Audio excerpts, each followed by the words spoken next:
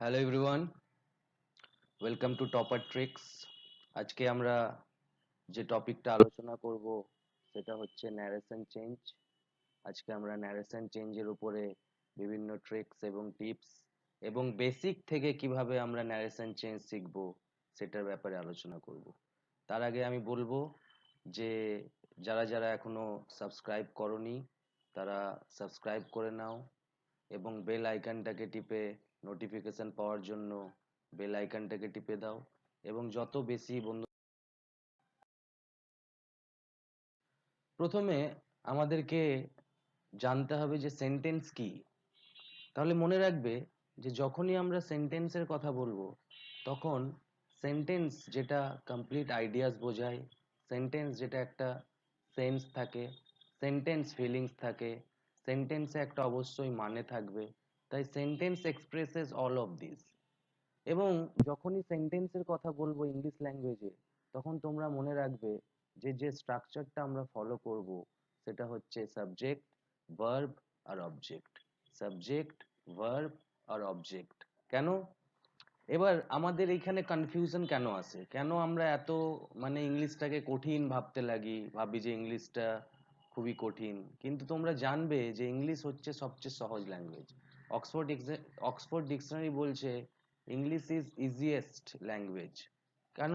কারণ আমরা বাংলা পড়ি, বাংলাতে কিন্তু 50টা অ্যালফাবেট আমাদেরকে পড়তে হচ্ছে, যেখানে whereas in English only 26 alphabet is there।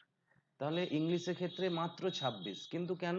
কারণ আমরা প্রপার ওয়েতে যেহেতু স্টাডি করিনি সেই জন্য আমাদেরকে একটু কঠিন লাগে। তাহলে মনে রাখবে যখন আমি একটা সেন্টেন্স বলছি যে আই ইট রাইস, এটা বাংলা নিশ্চয়ই সবাই জানো, আই ইট রাইস। এটা বাংলা, এটা দেখো সাবজেক্ট, এটা ভার্ব, এটা অবজেক্ট। এটা বাংলা জানো, আমি ভাত খাই।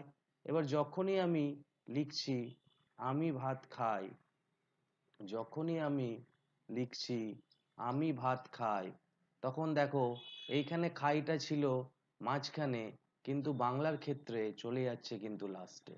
তাহলে এইখানে কি হচ্ছে, প্রথমে সাবজেক্ট বসছে, তারপরে ভার্ব বসছে না, তারপরে অবজেক্ট বসছে, তারপরে ভার্ব বসছে। তাহলে ইংলিশ আর বাংলার মধ্যে যে পার্থক্যটা আমরা দেখতে পাচ্ছি যে ইংলিশে সবসময় সাবজেক্টের পরে ভার্ব, সাবজেক্টের পরে ভার্ব, কিন্তু বাংলায় আমরা কি দেখতে পাচ্ছি, সাবজেক্টের পরে অবজেক্ট এবং শেষে থাকে ভার্বটা। তাই আমরা যখন ট্রান্সলেশন করতে যাই, যখন আমরা ই টু বি করতে যাই, তখন আমরা কিন্তু বা বি টু ই করতে যাই তখন আমরা অনেক কনফিউজড হয়ে যাই। কেন? কারণ এটাতে বাংলাতে আমাদের যেটা মাতৃভাষা সেখানে লাস্টে থাকছে ভার্ব, কিন্তু ইংলিশে সাবজেক্টের পরেই ভার্ব। তো এই জিনিসটা একটু আমরা খেয়াল রাখবো এবং পরে যখন আমরা আরো আলোচনা করব তখন আমরা আরো ডিটেলস এই নিয়ে স্টাডি করব। তাহলে সেন্টেন্স কয়েকটা ওয়ার্ড পর পর সাজিয়ে দিলে হবে না। সেন্টেন্স হতে গেলে তার একটা আইডিয়া থাকতে হবে, অথবা একটা সেন্স থাকতে হবে, অথবা কোনো ফিলিং থাকতে হবে, অথবা মানে থাকতে হবে, তবেই সেটা একটা সেন্টেন্স বা বাক্য, বাংলাতে যেটা আমরা বলছি বাক্য বলতে পারবো। তাহলে এতদূর বোঝা গেল কিনা? যদি না বোঝা গেছে তাহলে তোমরা কমেন্ট বক্সে কমেন্ট করবে যে সেন্টেন্সটা বুঝতে পারিনি আরেকবার বলুন। তাহলে আমি নেক্সট যে ভিডিওটা আনবো সেখানে কিন্তু আবার এবার আমরা যেটা দেখব যে সেন্টেন্স তো বুঝলাম যে সেন্টেন্স মিনিংফুল হবে, সেন্টেন্সে ফিলিং থাকবে, এগুলো তো বুঝলাম। এবার সেন্টেন্সকে আমরা কটা ভাগে ভাগ করছি, সেন্টেন্সকে আমরা কটা ভাগে ভাগ করছি। একটা স্ট্রাকচারাল ভাগ থাকে, একটা স্ট্রাকচারের দিক থেকে ভাগ করি, একটা ফর্মের দিক থেকে ভাগ করি। একটা স্ট্রাকচারের দিক থেকে ভাগ করি, একটা ফর্মের দিক থেকে ভাগ করি। যখনই আমরা স্ট্রাকচারের দিক থেকে ভাগ করব তখন আমরা যেটা আমরা সিম্পল সেন্টেন্স, কমপ্লেক্স সেন্টেন্স আমরা বলি না, সিম্পল, কমপ্লেক্স, কম্পাউন্ড, এগুলো করব। ওইটা পরে আমরা আলোচনা করব, ন্যারেশন চেঞ্জের স্ট্রাকচারটা এখন দরকার নেই। আমরা যখন জয়নিং করব, স্প্লিটিং করব, তখন স্ট্রাকচারটা আমরা শিখব। এখন আমাদের ফর্মের দিক থেকে, ফর্মের দিক থেকে কি আমরা 5 টাইপসের সেন্টেন্সকে ভাগ করতে পারি। তাহলে এইখানে ফর্মের দিক থেকে আমরা সেন্টেন্সকে 5 টাইপসে ভাগ করব। তাহলে কি কি কি কি সেটা ফার্স্টে হচ্ছে অ্যাসার্টিভ। ফার্স্ট হচ্ছে অ্যাসার্টিভ, আছে পরের স্লাইডগুলোতে আছে, তবে তবু আমি একবার বলে দিচ্ছি। সেকেন্ড হচ্ছে ইন্টারোগেটিভ।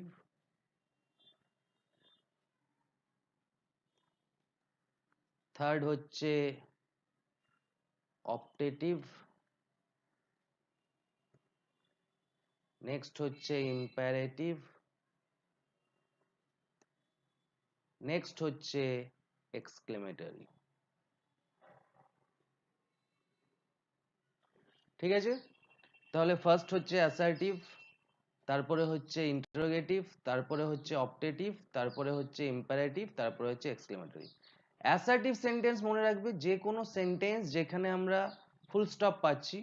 এমনি যদি বাংলা করো সেটা হচ্ছে বর্ণনামূলক বাক্য, কিন্তু আমরা সহজভাবে জিনিসটাকে বুঝবো, কঠিন করব না, সহজভাবে বুঝবে। যে সেন্টেন্সটা ফুল স্টপ দিয়ে শেষ হয় নর্মালি সেটাকে আমরা কি বলি, অ্যাসার্টিভ। অ্যাসার্টিভ হতে গেলে সাবজেক্ট ভার্ব অবজেক্ট থাকবে এবং তার সাথে একটা ফুল স্টপ থাকবে, তবেই সেটাকে আমি অ্যাসার্টিভ সেন্টেন্স বলতে পারবো।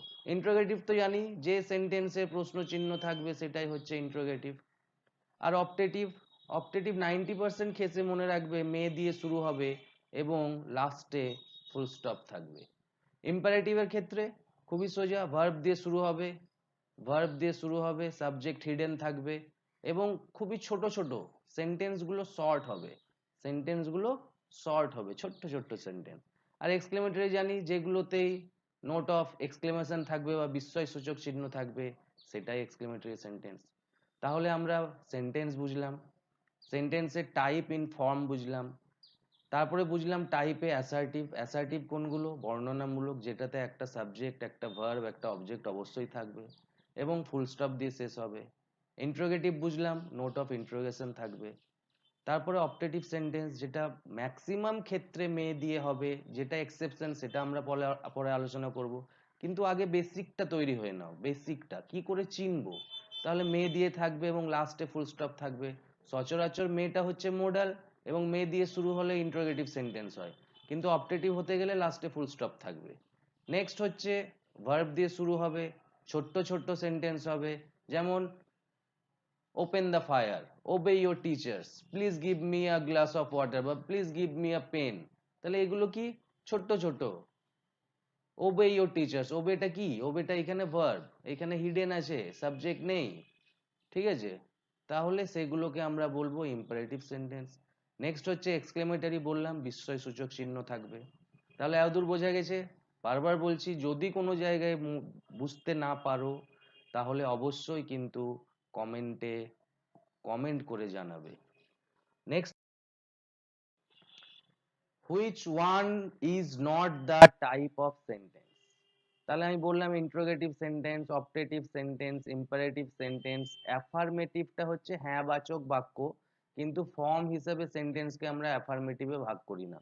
এটাও একটা সেন্টেন্স, এটাকে সেন্টেন্স নয় বলা যাবে না, হ্যাঁ বাচক বাক্য বা না বাচক, অ্যাফার্মেটিভ আর নেগেটিভ। কিন্তু ইন কেস অফ ফর্ম, ফর্মে কিন্তু আমরা পাঁচটায় ভাগে ভাগ করব। একটা হচ্ছে অ্যাসার্টিভ, নেক্সট হচ্ছে ইন্টারোগেটিভ, তারপরে হচ্ছে অপটেটিভ, তারপরে হচ্ছে ইম্পারেটিভ এবং তারপরে হচ্ছে এক্সক্লেমেটরি। স্ট্রাকচার, প্রথমেই বললাম যে যখনই আমরা ইংলিশে স্ট্রাকচার করব বা কোনো কিছু করব তখন এইটাকে আমাকে ফলো করতেই হবে। এবং ইম্পারেটিভের ক্ষেত্রে সাবজেক্টটা হিডেন থাকবে, যদি ইম্পারেটিভ হয় সাবজেক্ট হিডেন থাকবে, ভার্ব প্লাস অবজেক্ট থাকবে। এটা কিন্তু ন্যারেশন ভয়েস উভয়েই কাজে লাগবে। তাই এই আগে এই জিনিসটাকে পুরোপুরি ক্লিয়ার না করলে কিন্তু মুশকিল আছে। এবার দেখো, একটু ডেসক্রাইব করেছি, দেখতে পাচ্ছ, sentence expresses complete ideas, sense, feelings, meaning, consist of subject and verb, যেটা এতক্ষণ ধরে আমি বলে আসছি। আবার সেটাকে স্লাইডে দিয়েছি যেন তোমাদের মাথায় একেবারে ঢুকে যায় জিনিসটা। নেক্সট চলে অ্যাসার্টিভ সেন্টেন্স। অ্যাসার্টিভ টাইপ তো বলেই দিলাম, অ্যাসার্টিভ বললাম পরে স্লাইডে আসবে, দেখতেই পাচ্ছ। অ্যাসার্টিভ তোমাদেরকে বলেই দিলাম, টাইপস অফ সেন্টেন্সে ফার্স্ট হচ্ছে অ্যাসার্টিভ, যেটাতে আমি তোমাদেরকে কি বললাম, যে সাবজেক্ট ভার্ব অবজেক্ট থাকবে এবং লাস্টে ফুল স্টপ থাকবে। বললাম কি বললাম না? ইন্ট্রোগেটিভে কি বললাম, নোট অফ ইন্ট্রোগেশন থাকবে। ইম্পারেটিভে কি বললাম, ইম্পারেটিভে বললাম সাবজেক্ট হিডেন থাকবে, ভার্ব দিয়ে শুরু হবে এবং ছোট্ট ছোট্ট হবে সেন্টেন্স, ছোট্ট হবে, স্মল সেন্টেন্স হবে। অপটেটিভ বললাম ম্যাক্সিমাম মে দিয়ে শুরু হবে এবং কি হবে, মেয়ের সাথে লাস্টে অবশ্যই ফুল স্টপ থাকবে। এক্সক্লেমেটরি বললাম, যেটাতে আমাদের নোট অফ এক্সক্লেমেশন থাকবে, সেটাই হচ্ছে এক্সক্লেমেটরি সেন্টেন্স। বোঝা যাচ্ছে তো? যদি কোথাও একটুও সমস্যা থাকে তাহলে কিন্তু অবশ্যই কমেন্টে কমেন্ট করে জানাবে। তাহলে আজকে যেটা আমরা আলোচনা করব সেটা হচ্ছে অ্যাসার্টিভ সেন্টেন্স। আজকে আমরা অ্যাসার্টিভ, নেক্সট ভিডিওতে আমরা ইন্টারোগেটিভ আনবো, তারপরে ইম্পারেটিভ, অপটেটিভ। এক একটা ভিডিওতে, যেহেতু ভিডিওটা অনেক লেন্দি হয়ে যাবে, আর বেশি লেন্দি হলে দেখতেও মানে একঘেয়ে লাগবে, তাই এক একটা ভিডিওতে এক একটা জিনিস আনবো। তো প্রথমে তোমরা দেখে নাও অ্যাসার্টিভ সেন্টেন্স। আজকে প্রথমেই বললাম আমি যে অ্যাসার্টিভ সেন্টেন্স কাকে বলবো, যেটাতে সাবজেক্ট ভার্ব অবজেক্ট থাকবে এবং এন্ডস উইথ ফুল স্টপ হবে, ফুল স্টপ থাকবে অবশ্যই। অ্যাসার্টিভ সেন্টেন্স কাকে বলি আমরা, হয় সিম্পল স্টেটমেন্ট বোঝাবে, অথবা হ্যাঁ বাচক না বাচক বাক্য বোঝাবে, অথবা অ্যাসারশন বোঝাবে। এইসব জিনিসগুলোকে আমরা অ্যাসার্টিভ সেন্টেন্স বলি, মানে বর্ণনামূলক, যেটা বর্ণনা দিচ্ছে। ঠিক আছে? এবং আমি একটু আগে একটা প্রশ্ন দিয়েছিলাম অ্যাফার্মেটিভ বা নেগেটিভ। এই অ্যাফার্মেটিভ নেগেটিভ একটা অ্যাসার্টিভ সেন্টেন্সেরই অংশ, কিন্তু এটা সেন্টেন্সের পার্ট হিসাবে আমরা কিন্তু ইউজ করি না। বোঝা গেল? তাহলে অ্যাসার্টিভ সেন্টেন্স কি বললাম, একটা সাবজেক্ট ভার্ব অবজেক্ট থাকবে এবং অবশ্যই লাস্টে ফুল স্টপ দিয়ে শেষ হবে। যেমন এইখানে he reads in an academy বলেছি, এইখানে দেখো লাস্টে ফুল স্টপ দিয়ে শেষ হয়েছে। তাহলে তারপরে চলে যাই আমরা অ্যাসার্টিভ সেন্টেন্সে। দেখো প্রথমেই যখন আমরা আজকে যেহেতু ন্যারেশন শিখছি, তাহলে ন্যারেশন অ্যাসার্টিভ সেন্টেন্স করতে গেলে যেটা মনে রাখবে, যে কোনো অ্যাসার্টিভ করি, ইন্টারোগেটিভ করি, অপটেটিভ করি, এক্সক্লেমেটরি করি, যে কোনো সেন্টেন্স আমরা করব, প্রথমেই যেটা আমরা দেখব সেটা হচ্ছে কে বলছে। প্রথমেই যেটা আমরা দেখব সেটা হচ্ছে কে বলছে, হু সেড। কে বলছে সেটা আমরা কিন্তু প্রথমেই লিখে দেবো খাতায়, কে বলছে, একেবারে ওয়েট করব না। এবং কে বলছে দেখার পরে আমরা দেখব যে প্রশ্নটা যেটা দেওয়া আছে লাস্টে ফুল স্টপ আছে কি নেই, ফুল স্টপ আছে কি নেই। যদি ফুল স্টপ থাকে তাহলে কোনো অসুবিধা নেই, যদি সেন্টেন্স ফুল স্টপ দিয়ে শেষ হয় তাহলে অবশ্যই চোখ বন্ধ করে সেড দ্যাট বসিয়ে দেবো। যদি লাস্টে ফুল স্টপ থাকে তাহলে আমরা কি করব, সেড দ্যাট। তাহলে কে বলছে লিখলাম, তারপরে আমরা ফুল স্টপ থাকলে সেড দ্যাট। সেড দ্যাটটা তোমরা কিন্তু একটা ফ্রেজ হিসেবে মনে রাখবে, said that, said that, said that, said that, আলাদা হয়ে কিন্তু মনে করবে না। সেড দ্যাট, সেড দ্যাট, ঠিক আছে? এবং যদি টোল দ্যাট বসাই তাহলে টোল দ্যাট কিন্তু বসানো যাবে না। টোল্ড বসানোর নিয়ম হচ্ছে টোল্ড কাকে বলছে দ্যাট বসাতে হবে। যেমন সেড দ্যাট একসাথে বসবে, ওই রকমই টোল্ড কাকে বলছে দ্যাট বসাতে হবে। সেড দ্যাট বসাতে পারবো, আর টোল্ড কাকে বলছে দ্যাট, সেড দ্যাট একসাথে সেই জন্য মনে করতে বললাম, এবং টোল্ড কাকে বলছে দ্যাট ভাবে মনে করব। টোল্ড দ্যাট যেমন হবে না, সেড কাকে বলছে দ্যাট সেরকম ভাবে হবে না। বোঝা গেল? ভালো করে মাথায় ঢুকিয়ে নাও। এবং এইটা হলো প্রথমে রিপোর্টেড ভার্বের কাজটা করে নিলাম, তারপরে আমরা রিপোর্টেড স্পিচের কাজে চলে যাব। এবার বলবে স্যার রিপোর্টেড স্পিচ কাকে বলে, এগুলো তো কখনো শুনিনি, রিপোর্টেড স্পিচ কখনো কবে করেছি সব ভুলে গেছি। তাহলে রিপোর্টেড স্পিচ মনে রাখবে, যখনই ন্যারেশন করতে দেবে তখন একটা ইনভার্টেড কমা, কমার পরে একটা ইনভার্টেড কমা থাকবে, ইনভার্টেড কমার মধ্যে কিছু জিনিস লেখা থাকবে, সেই যে কিছু জিনিস লেখা থাকবে সেটাকেই বলবে রিপোর্টেড স্পিচ, সেটাকেই আমরা জানি রিপোর্টেড স্পিচ হিসেবে। তাহলে এই পাশের যে পোর্শনটা, কমার আগের যে পোর্শনটা থাকে, সেখানে যে ভার্বটা থাকে সেটাকে রিপোর্টেড ভার্ব বলে, এবং ইনভার্টেড কমার ভেতরে যত কথা লেখা আছে সবগুলোকে বলা হয় রিপোর্টেড স্পিচ। বোঝা গেল না? বোঝা গেল না? ক্লিয়ার হয়েছে? তাহলে এবারে আমরা নেক্সট স্লাইডে যাই। কন্টিনিউয়াস ছিল না, simple present, simple past, past perfect, আর করে দিয়েছি, আর কিছুই না। ঠিক আছে? তাহলে যদি আমরা কন্টিনিউয়াস করি তাহলে পাস্ট কন্টিনিউয়াস হবে, পাস্ট কন্টিনিউয়াস করি তাহলে পাস্ট পারফেক্ট কন্টিনিউয়াস হবে। এবার এইখানে যেটা মূল সবচেয়ে ইম্পর্টেন্ট জায়গা, কন্টিনিউয়াস হতে গেলে একটা বি ভার্ব লাগে, বি ভার্ব। এ বলে স্যার বি ভার্বটা কি, বি ভার্ব তো জানি না, বি ভার্বটা একটু বলুন। বি ভার্ব হচ্ছে am is are was were। Be verb না জানলেও হবে, এটাকে জানো তাহলেই হবে, am is are was were। Be verb হলো am is are was were। তাহলে যদি কোনো সেন্টেন্সে আমরা am is are পাই তাহলে সেটা চেঞ্জ করে was were করব। কি করব? যদি am থাকে সেটা was হয়ে যাবে, যদি is থাকে সেটা was হয়ে যাবে, যদি are থাকে তাহলে were হয়ে যাবে। আর যদি কোনো সেন্টেন্সে এই was বা were পাই তাহলে ওইটা চোখ বন্ধ করে, চোখটা বন্ধ করে করবে, কিন্তু চোখ বন্ধ করে করে দেবে had been।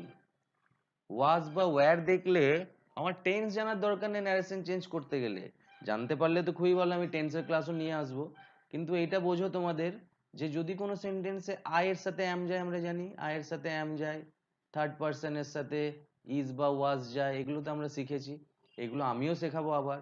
তো এখানে অ্যাম ইজ আর যদি থাকে সেটা চেঞ্জ হয়ে হয় ওয়াজ, একজন বোঝালে ওয়াজ, একজনের বেশি বোঝালে ওয়্যার। ওয়াজ ওয়্যার থাকলে, ওয়াজ বা ওয়্যার থাকলে যাই থাক, ওয়াজ থাক ওয়্যার থাক, সেখানে একজন বা 10 জন দেখার দরকারই নেই, চোখ বন্ধ করে আমরা হ্যাড বিন বসিয়ে দেবো। কি বসাবো?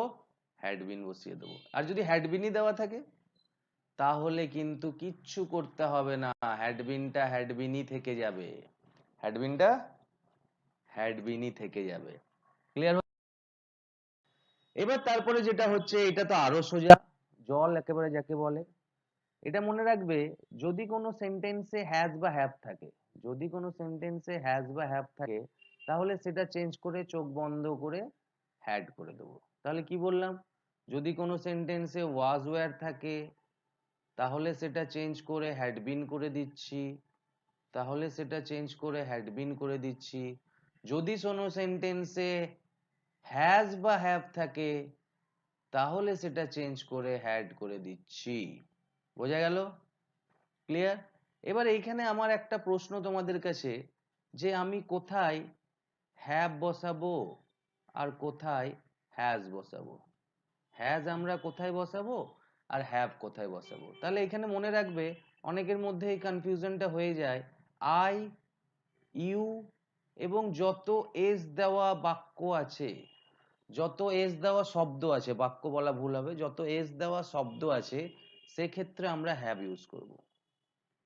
আই, ইউ এবং যত এস যোগ করা মানে প্লুরাল, মানে একজনের বেশি যেটা বোঝাবে, সেক্ষেত্রে আমরা হ্যাভ ইউজ করব। শুধু আইটা এক্সেপশন মনে রাখবে, আই এর সাথে সবসময় হ্যাভ যাবে, ইউ এর সাথে সবসময় হ্যাভ যাবে, এবং একজনের বেশি যেটা বোঝাবে সেটার ক্ষেত্রে হ্যাভ যাবে। এবার হ্যাজ কি? হ্যাজ হচ্ছে যত একটি বোঝাবে, ওয়ান, যে কোনো জিনিস ওয়ান বোঝাবে সেটা ক্ষেত্রে হ্যাজ হবে। এক্সেপশন কি? আই আর ইউ। আই ইউ বাদ দিয়ে, আই ইউ বাদ দিয়ে যত পৃথিবীতে ওয়ান আছে তার সঙ্গে যেটা আমি হ্যাভ ভার্বটা নেবো সেটা হচ্ছে হ্যাজ। বোঝা গেল?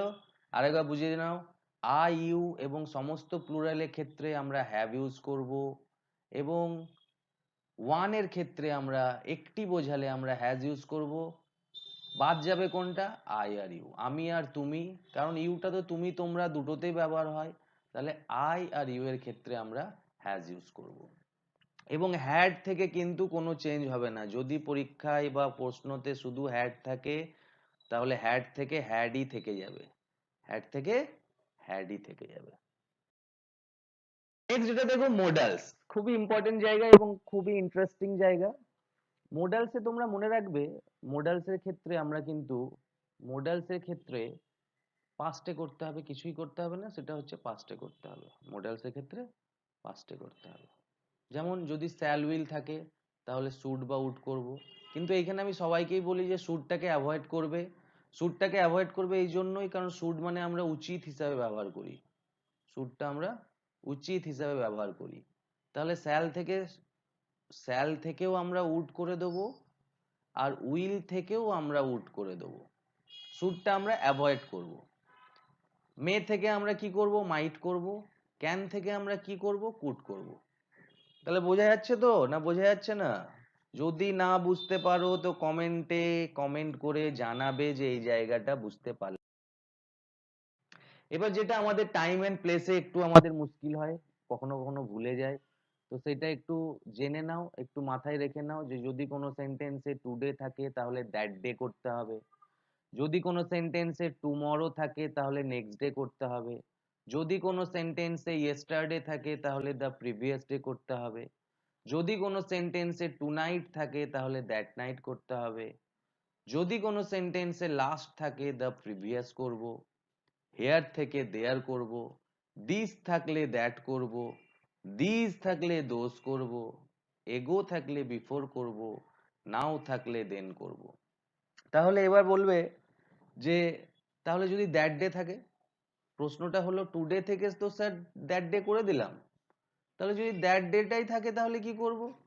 তাহলে মনে রাখবে টুডে থেকে দ্যাট ডে এইখান থেকে এইখানে যেতে পারবে, এইখান থেকে আর এইখানে আসতে পারবে না।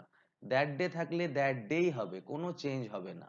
দ্যাট ডে থাকলে কোনো চেঞ্জ হবে না, no change. The next day থাকলে টুমরো থেকে নেক্সট ডে হবে, কিন্তু নেক্সট ডে থেকে কোনো চেঞ্জ হবে না। ইয়েস্টারডে থেকে previous day, the previous day থেকে কোনো চেঞ্জ হবে না। টুনাইট থেকে দ্যাট নাইট থেকে কোনো চেঞ্জ হবে না। লাস্ট থেকে দ্য প্রিভিয়াস থাকলে কিন্তু কোনো চেঞ্জ হবে না। হেয়ার থেকে দেয়ার থাকলে কিন্তু কোনো চেঞ্জ হবে না। দিস থাকলে দ্যাট থেকেও নো চেঞ্জ। আর দিস আর দোজ, এটার ক্ষেত্রেও নো চেঞ্জ। আগো থেকে বিফোর থাকলে বিফোরই থেকে যাবে। নাও থেকে দেন থাকলে দেনই থেকে যাবে। এবার এইখানে যেটা একটা জিনিস পেয়েছি সেটা একটু তোমাদের সাথে একটু ডিসকাস করেই নি, যেটা হচ্ছে দিস, দ্যাট আর দিস আর দোজ। তাহলে মনে রাখবে এগুলো হচ্ছে ডেমনস্ট্রেটিভ প্রোনাউন, ডেমনস্ট্রেটিভ প্রোনাউন এগুলোকে বলে, ঠিক আছে, ডেমনস্ট্রেটিভ প্রোনাউন। এবং এই ডেমনস্ট্রেটিভ প্রোনাউন দিস যখন একটি বোঝাচ্ছে, দিসের প্লুরাল এটা হচ্ছে সিঙ্গুলার, এটা প্লুরাল হচ্ছে দিস, দ্যাট হচ্ছে সিঙ্গুলার, দ্যাটের প্লুরাল হচ্ছে দোজ। ঠিক আছে, এটা একটু হালকা সিঙ্গুলার প্লুরাল যখন পরীক্ষায় আসে বা লিখতে হয় তখন আমাদের মধ্যে কনফিউশন হয়ে যায়, তো সেই জন্য একটু হালকা করে বললাম। এটা মনে রাখবে দিস থেকে দিস হয় আর দ্যাট থেকে দোজ হয়। দিসের যখন প্লুরাল করতে বলবে তখন দিস থেকে হবে দিস, THEAC, আর যখন দ্যাটের প্লুরাল করতে বলবে তখন দ্যাট থেকে হবে দোজ। দিস আর দ্যাট দুটোই সিঙ্গুলার, আর দিস আর দোজ এই দুটোই সিঙ্গুলার। ঠিক আছে, তাহলে যখন রিপোর্টিং ভার্ব প্রেজেন্টে থাকবে, যখন রিপোর্টিং ভার্ব প্রেজেন্টে থাকবে অথবা ফিউচারে থাকবে, যেমন এইটা উইল সে দেখালাম আমি, উইল সে যদি থাকে তখন কিন্তু আমরা কোনো চেঞ্জ করব না। এবং ইউনিভার্সাল ট্রুথ যদি বোঝায়, ইডিয়াম যদি বোঝায়, ফ্রেজ যদি বোঝায়, ঐতিহাসিক ঘটনা, হ্যাবিচুয়াল অ্যাকশন, সেটা কোথায়? রিপোর্টেড স্পিচে। রিপোর্টেড স্পিচটা বোঝালাম যে কোটেশনের ভেতরে ইনভার্টেড কমার ভেতরে যে অংশটা, যেমন এইখানে আছে the sun is a star, কোটেশনের ভেতরের অংশটা হচ্ছে রিপোর্টেড স্পিচ। কয়েকটা এক্সাম্পল করি এবং কয়েকটা বাড়ির কাজ থাকবে, অলরেডি 23 মিনিট হয়ে গেছে। এবং তোমাদেরকে বলবো যদি তোমাদের ভিডিওটা পছন্দ হয় তো অবশ্যই লাইক শেয়ার, বন্ধুদেরকে আরো বেশি বেশি শেয়ার করবে। এবং আমি পরের দিন আবার ইন্টারোগেটিভটা নিয়ে আসবো। আর যদি কোনো সমস্যা হচ্ছে শুনতে, দেখতে বা কিছুতে, তাহলে তোমরা কমেন্টে অবশ্যই কমেন্ট করবে। বুঝতেও যদি অসুবিধা হয় তাহলে কমেন্ট করবে। ফার্স্ট হচ্ছে দেখো, Socrates said that virtue is its own reward. তাহলে প্রথমেই আমি যেটা করব কি, কে বলছে, কে বলছে? সক্রেটিস বলছে, সক্রেটিস বলছে। তারপর দেখবো লাস্টে কি চিহ্ন আছে। তাহলে লাস্টে কি চিহ্ন আছে? ফুল স্টপ আছে দেখতে পাচ্ছি। তাহলে ফুল স্টপ আছে বলে বলেছি হয় সেড দ্যাট লিখবো, অথবা টোল্ড কাকে বলছে দ্যাট লিখবো, তাহলে সেড দ্যাট লিখে দিলাম। এবার আছে রিপোর্টেড স্পিচের ভেতরে virtue is its own reward, এটা একটা ফ্রেজ, ইডিয়াম। ঠিক আছে, এটা একটা ইডিয়াম। তাহলে আমি বললাম ইডিয়াম থাকলে রিপোর্টেড স্পিচে যেটা আছে সেটাই লিখে দিই। তাহলে virtue is its own rewards, যা আছে পুরোটা লিখে দিলাম। তাহলে পুরোটা লিখে দিলাম। এবার কোন অপশনে আছে তাহলে দেখে নাও, কোন অপশনে আছে? সিতে আছে সম্ভবত, সিতে আছে, হ্যাঁ সিতে আছে। তাহলে সি এরটা হবে সঠিক উত্তর। নেক্সট হচ্ছে she said I will give you ₹100 to keep your mouth shut। তো একই ফর্মুলা, কোথায় লিখবো? লেখার জায়গা কম আছে, তাহলে এখানে লিখি। কে বলছে? সি বলছে। কোনো অসুবিধা নেই। লাস্টে ফুল স্টপ আছে তাই তো? ফুল স্টপ থাকলে কি করব? সেট দ্যাট করব, করে দিয়েছি। তাহলে রিপোর্টেড ভার্বের জায়গাটা আমার হয়ে গেল। এবার আমি রিপোর্টেড স্পিচ মানে ইনভার্টেড কমার ভেতরে কি আছে সেটা দেখব। তাহলে আই সমান সমান কে? এবার আই আর ইউ এ কনফিউশন হয়ে যায়। তা মনে রাখবে প্রথমে যেটা বলে, যে বলছে সে আই, আর যাকে বলছে সে ইউ। যে বলছে সে আই, আর যাকে বলছে সে ইউ। তাহলে আইটা কে এখানে? সি। তাহলে সি লিখে দিলাম, আই সমান সমান সি। এবার আছে উইল। উইল চেঞ্জ হয়ে বলেছিলাম উড হয়, অলরেডি বলে এলাম, তাহলে উড লিখে দিলাম, উড। এবার মনে রাখবে যখনই মোডাল থাকছে মানে স্যাল, উইল, মাস্ট, উড, তারপরে তোমার ক্যান, কুড, মাইট, অট, এগুলো যখন থাকছে, মোডাল যখন থাকছে, মোডালের পরে কিন্তু ভার্বের কোনো চেঞ্জ হয় না। যেটা ভার্ব থাকবে সেটাই লিখে দিতে হবে। তাহলে উড উড হয়ে গেল। তারপরে যেটা লিখতে হবে সেটা গিভ আছে, গিভই থেকে যাবে, গিভটা গেভ হবে না। কেন হবে না? কারণ মোডাল আছে। মোডালের পরে মনে রাখবে, মোডালের পরে কিন্তু ভার্বের কোনো চেঞ্জ হয় না। ভার্ব চেঞ্জ হয় না, মনে রাখবে। ঠিক আছে? তাহলে গিভ সমান সমান গিভ, ইউ আছে, ইউ সমান সমান কি করতে পারি? হিম করতে পারি, যেহেতু অপশনে হিমই আছে মনে হয়। তারপরে আছে রুপিস 100, রুপিস 100 সমান সমান রুপিস 100। টু, টু এর টু সমান সমান টু। টু এর পরে ভার্বের কোনো চেঞ্জ হয় না, তাহলে টু। কিপ আছে, কিপ। তারপরে ইয়োর, ইয়োর সমান সমান তাহলে হিজি হবে। মাউথ সমান সমান মাউথ। শার্ট সমান সমান শার্ট। তাহলে কি দাঁড়ালো? she said that she would give him rupees 100 to keep his mouth shut। ঠিক আছে?